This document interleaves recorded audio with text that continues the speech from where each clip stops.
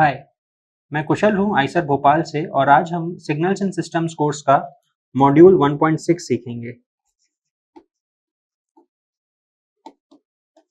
इस मॉड्यूल में हम देखेंगे कि हमारे पास अगर कोई आरएलसी सर्किट अगर दिया हुआ हो तो उसका इनपुट आउटपुट रिलेशन कैसे निकालते हैं।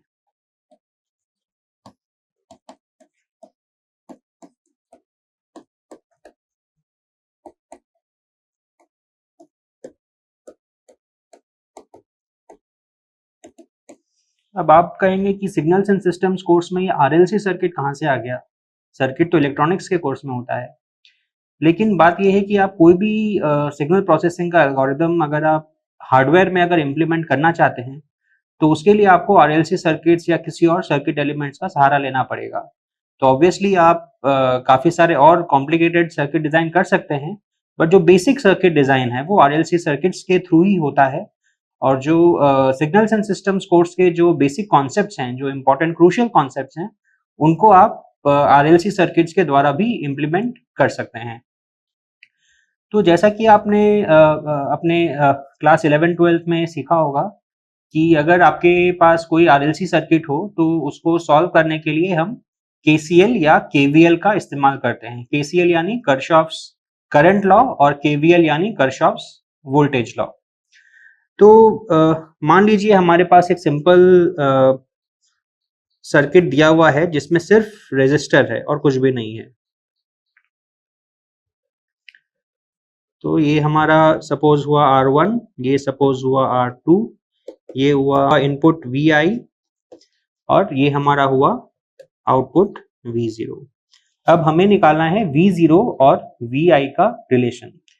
तो क्योंकि ये एक सिंपल रेजिस्टर सर्किट है तो यहाँ पे इसको सॉल्व करना बहुत आसान है। तो आप मान लीजिए कि यहाँ पे करंट I फ्लो कर रहा है और यहाँ पे हम मान रहे हैं कि हमारे पास कोई लोड नहीं लगा हुआ है, तो उसे कहते हैं नो लोड कंडीशन। तो अगर वहां पे कोई लोड नहीं लगा हुआ है तो उसकी वजह से क्या होगा कि जो करंट I R1 में फ्लो कर रहा है वही सेम करंट I R2 में फ्लो करेगा।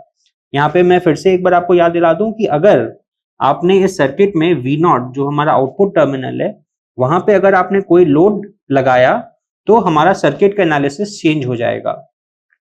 तो सर्किट का एनालिसिस चेंज नहीं हो इसके लिए हम यूजुअली किसी भी सिग्नल प्रोसेसिंग सर्किट और लोड के बीच में एक आइसोलेटिंग एम्पलीफायर लगाते हैं जिससे कि उस सर्किट के कैरेक्टरिस्टिक्स में कोई फर्क ना पड़े। तो इसीलिए यहाँ पे हम अज्यूम करेंगे कि हमारा जो आउटपुट का जो टर्मिनल है इस टर्मिनल में से कोई करंट ड्रॉ नहीं हो रहा है, जिसकी वजह से R1 और R2 में से जो करंट फ्लो कर रहा है वो सेम करंट फ्लो कर रहा है। तो यहाँ पे अब हम अप्लाई कर सकते हैं केवीएल।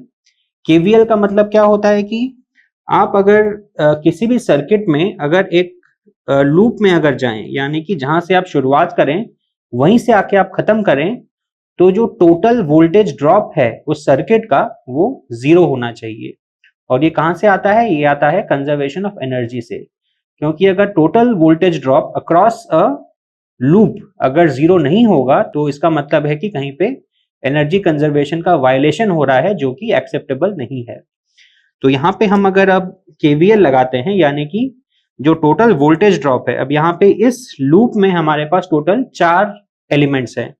एक तो ये हो गया Vi, फिर एक है voltage drop across this R1, फिर है वोल्टेज ड्रॉप अक्रॉस R2 और फिर है voltage drop across this connecting wire. अब ये जो कनेक्टिंग वायर है इसके अक्रॉस तो वोल्टेज ड्रॉप विल बी 0, क्योंकि यहाँ पे ना कोई रेजिस्टर है, ना कैपेसिटर है, ना और कोई सर्किट एलिमेंट है। तो इसीलिए इसके बारे में हमें चिंता करने की जरूरत नहीं है। तो जो बाकी 3 एलिमेंट हैं उसके अक्रॉस हम अगर वोल्टेज ड्रॉप का इक्वेशन अगर लिखते हैं तो वो होगा Vi minus I into R1 minus I into R2 is equal to 0। Total is 0 again because हमारा जो एनर्जी है वो कंजर्व्ड है, तो जो टोटल वोल्टेज है across the loop that has to be 0। और R1 और R2 के आगे हमने नेगेटिव साइन लगाया है क्योंकि हम जब करंट की दिशा में जब हम मूव करते हैं तो हमारा वोल्टेज ड्रॉप होता है, क्योंकि वोल्टेज करंट हमेशा हाई वोल्टेज से लो वोल्टेज की तरफ जाता है। तो इसीलिए क्योंकि हम करंट की दिशा में जा रहे हैं इस लूप में, तो इसीलिए हमने वोल्टेज को नेगेटिव लिया हुआ है R1 और R2 के क्रॉस। तो इसे अब हम अगर सॉल्व करेंगे तो हमारे पास आएगा I is equal to VI by R1 plus R2। इससे हमको मिलता है V0 is equal to R2 times I which is equal to R2 by R1 plus R2 times VI, यानी कि V0 by VI is equal to R2 by R1 plus R2। तो ये है हमारा एक simple input output relation for a simple circuit consisting only of resistors. अब यहाँ पे हम इसे अब थोड़ा सा कॉम्प्लिकेटेड करते हैं कि हम अब सिर्फ दो रेजिस्टर की जगह पे R2 को एक और रेजिस्टर से हम पैरेलल में लगाते हैं। तो अभी हम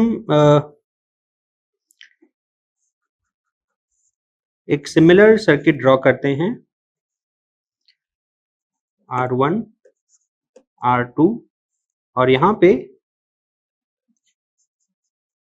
एक और सर्किट लगाते हैं जिसे हम कहते हैं R3। तो ये हमारा फिर से वही है VI, और यहाँ पे है हमारा again V0 which is output. अब फिर से हमें अगर V0 बाई VI अगर निकालना है तो हम फिर से हम KVL KCL लगा सकते हैं। वापस से हम अब यहाँ पे लेंगे करंट I, लेकिन अब क्योंकि हमारा एक और सर्किट एलिमेंट R3 यहाँ पे लगा हुआ है, तो अब ये जो करंट है ये करंट अब R2 और R3 में बंट जाएगा। ये R2 और R3 में इक्वल शायद नहीं रहे। इसके लिए हमें यहाँ पे अब अज्यूम करना पड़ेगा कि यहाँ पे करंट है कुछ I1 और यहाँ पे करंट है कुछ I।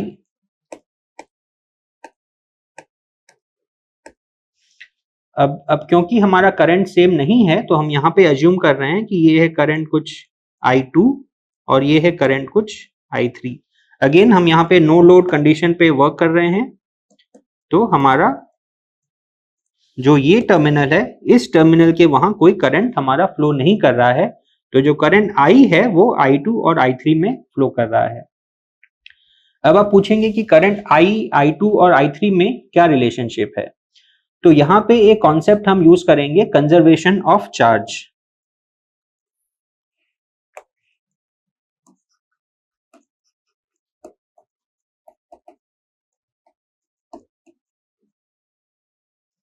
And non accumulation of charge.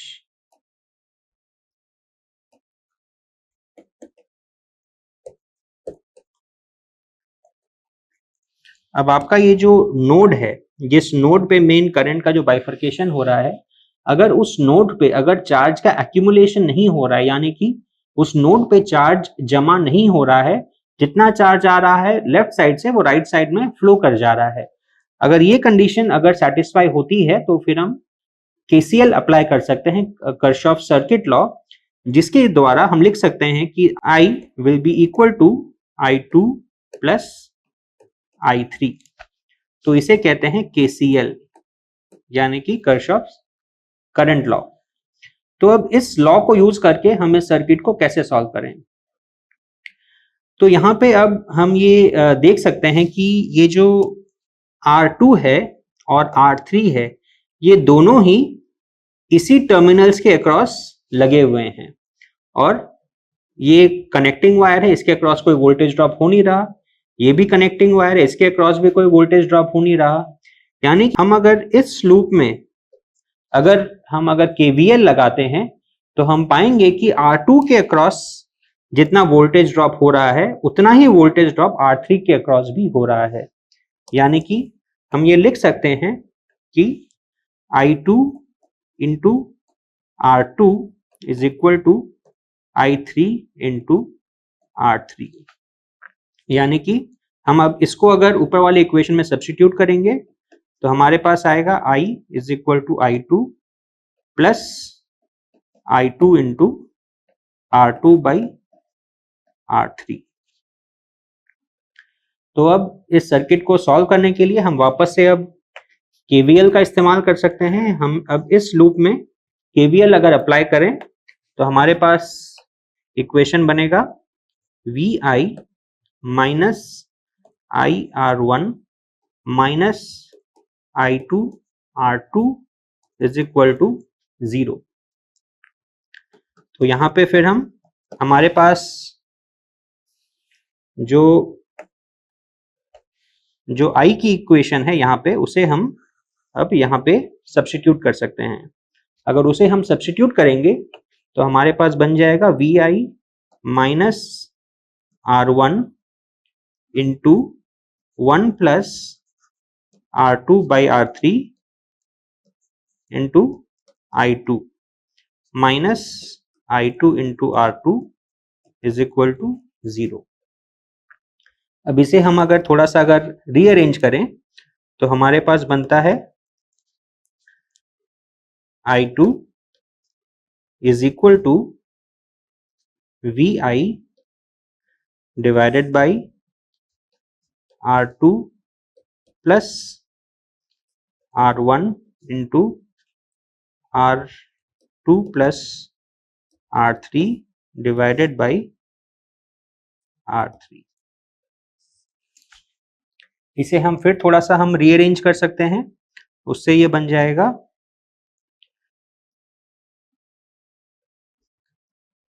Are three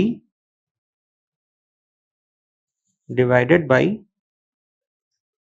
are two R three plus R one into R two plus R three into V I. और अभी हमारे पास क्योंकि I2 का एक्सप्रेशन आ गया है तो अभी हम V0 बड़ी आसानी से लिख सकते हैं, क्योंकि V0 will be equal to R2 into I2 which is equal to R3 into I3। तो अब हम अगर वो लिखते हैं तो हमारे पास बनेगा V0 is equal to I2 into R2 is equal to R2 R3 divided by R2 R3 plus R1 into R2 plus R3 times VI। तो अब ये जो एक्सप्रेशन है ये बड़ा कॉम्प्लिकेटेड सा लग रहा है। अब सवाल है कि क्या हम इसे थोड़ा सा सिंप्लीफाई कर सकते हैं। तो आंसर है हाँ, इसे आप एक सिंपल ट्रिक का इस्तेमाल करके आप इसे काफी सिंप्लीफाई कर सकते हैं। तो क्या है वो ट्रिक, देखते हैं। तो अभी हमारे पास जो एक्सप्रेशन आया वो आया V0 by V I is equal to R2 R3 divided by R2 R3 plus R1 times R2 plus R3।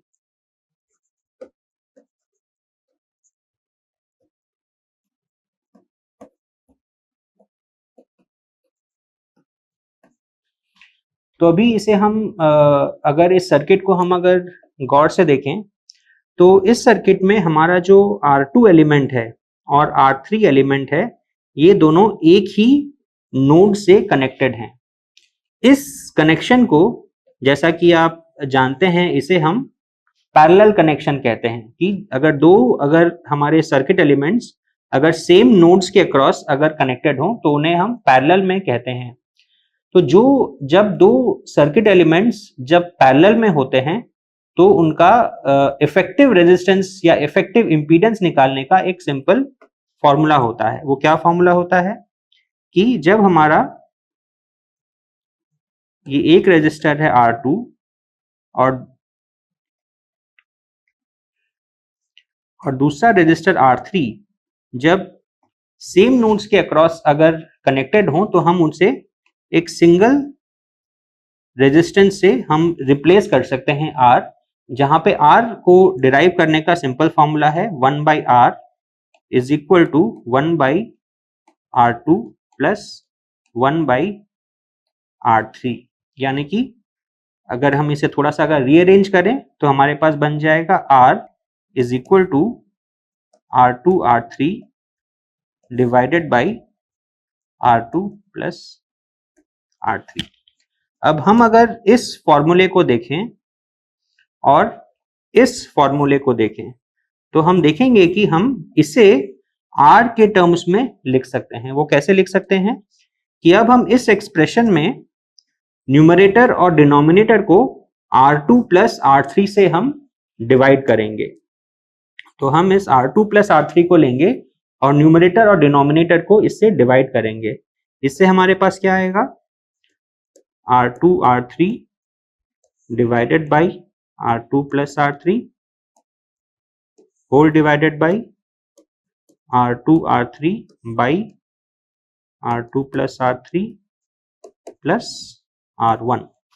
तो यहाँ पे अब हमें पता है कि ये हमारा जो टर्म है r2 r3 by r2 plus r3 that is equal to r। तो हम इसे अब r से रिप्लेस कर सकते हैं। तो अब हमारा ये बन जाएगा r divided by r plus r1। तो हम देख सकते हैं कि अब ये जो एक्सप्रेशन है दैट इज सेम एज जो पहले हमें मिला था अपने इस सिंपल से सर्किट के लिए जहां पे R1 और R2 दोनों सीरीज कनेक्शन में थे। तो यहाँ पे ये जो कनेक्शन था ये था सीरीज कनेक्शन। तो अब यहाँ पे हमारा जो एक्सप्रेशन है वो उस एक्सप्रेशन से एकदम सिमिलर है, बस फर्क इतना है कि यहाँ पे हमने इस पैरेलल कनेक्शन का इफेक्टिव रेजिस्टेंस निकाल के जब उसको हमने उस एक्सप्रेशन में सब्स्टिट्यूट किया तो हमारे पास वैसा ही आंसर आ गया। अब सवाल है कि ये तो हमने बड़ी आसानी से रेजिस्टेंस के लिए कर लिया, लेकिन अगर हमारे पास अगर कैपेसिटेंस हो या इंडक्टेंस हो तब हम क्या करें ना। अच्छी बात यह है कि हम इंडक्टेंस और कैपेसिटेंसेस को भी इसी तरीके से हम सॉल्व कर सकते हैं, लेकिन एक छोटा सा माइनर चेंज करके। वो चेंज क्या है, तो मान लीजिए कि आपके पास किसी सर्किट में सपोज यहाँ पे एक कैपेसिटेंस है, फिर इंडक्टेंस है, फिर यहाँ पे सपोज एक कोई रेजिस्टेंस है, फिर कैपेसिटेंस है। बड़ा कॉम्प्लिकेटेड सा सर्किट है। अब इसे हम अगर पूरी तरह अगर सॉल्व करने जाएंगे तो हमारा काफ़ी एफर्ट लग जाएगा और शायद जिसकी ज़रूरत भी नहीं है। Suppose this is some R1, C1, L1, R2, C2 and so on. तो अब अच्छी बात क्या है कि हम सिंपल डिफरेंशियल इक्वेशंस को यूज करके, जिसके बारे में हम अभी नहीं बताएंगे, इसका जो बेसिक रीजन है वो आपको बाद में बताएंगे, पर अभी आपको सिर्फ इतना बताएंगे कि ये करते कैसे हैं। तो सिंपल डिफरेंशियल इक्वेशंस और कुछ ट्रांसफॉर्म्स का यूज करके हम ये दिखा सकते हैं कि जो कैपेसिटेंस होता है उसको आप इफेक्टिव इंपीडेंस के टर्म्स में लिख सकते हैं। यानी कि आपका यहाँ पे अगर कैपेसिटेंस लगा हुआ है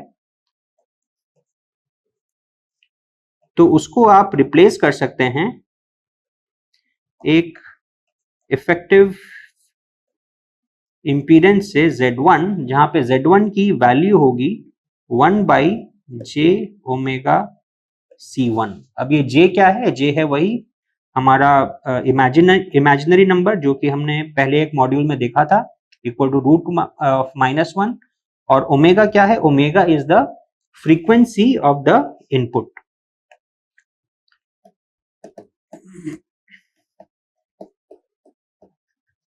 तो हमारा जो इनपुट सिग्नल है वो यूजुअली एसी सिग्नल होता है।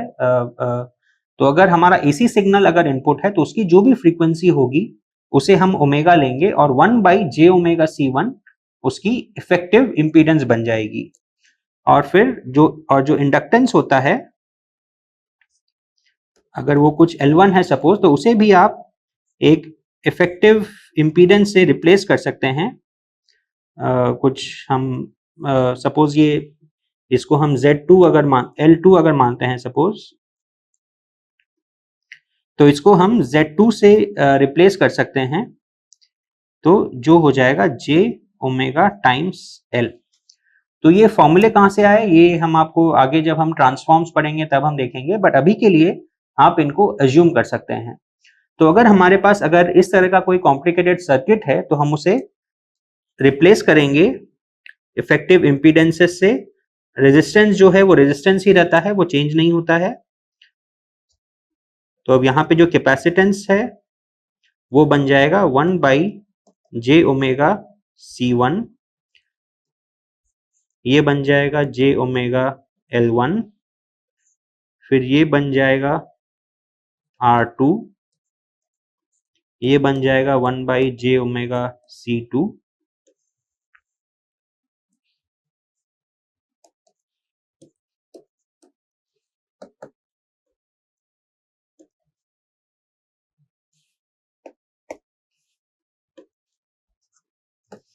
और अभी आप हमने जो अभी अभी फॉर्मूला डिराइव किया था उसको यूज करके आप सिंपल स्ट्रेट फॉरवर्ड वे में इसका आप इफेक्टिव इनपुट आउटपुट रिलेशनशिप आप निकाल सकते हैं।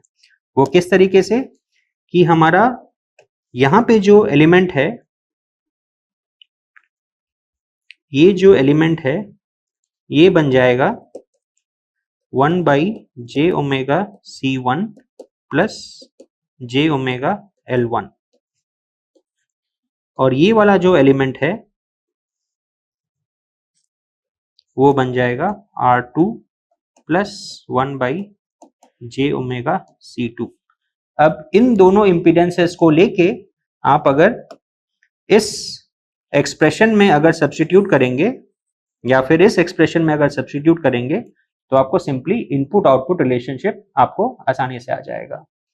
तो ये जो बेसिक जो कॉन्सेप्ट्स हैं सर्किट एनालिसिस के, ये बहुत ज़रूरी हैं, आप इनको अच्छे से समझिए और थोड़े से और सर्किट्स के लिए आप इनको प्रैक्टिस कीजिए, क्योंकि आप अगर कोई सिग्नल प्रोसेसिंग सिस्टम अगर आप डिज़ाइन करते हैं और उसके आपको बिहेवियर को अगर स्टडी करना पड़ता है तो आप इस तरीके से उसको सॉल्व करके फिर उसका आप अलग अलग पैरामीटर्स को आप स्टडी कर सकते हैं, जिसके बारे में हम आगे के मॉड्यूल्स में और जानेंगे।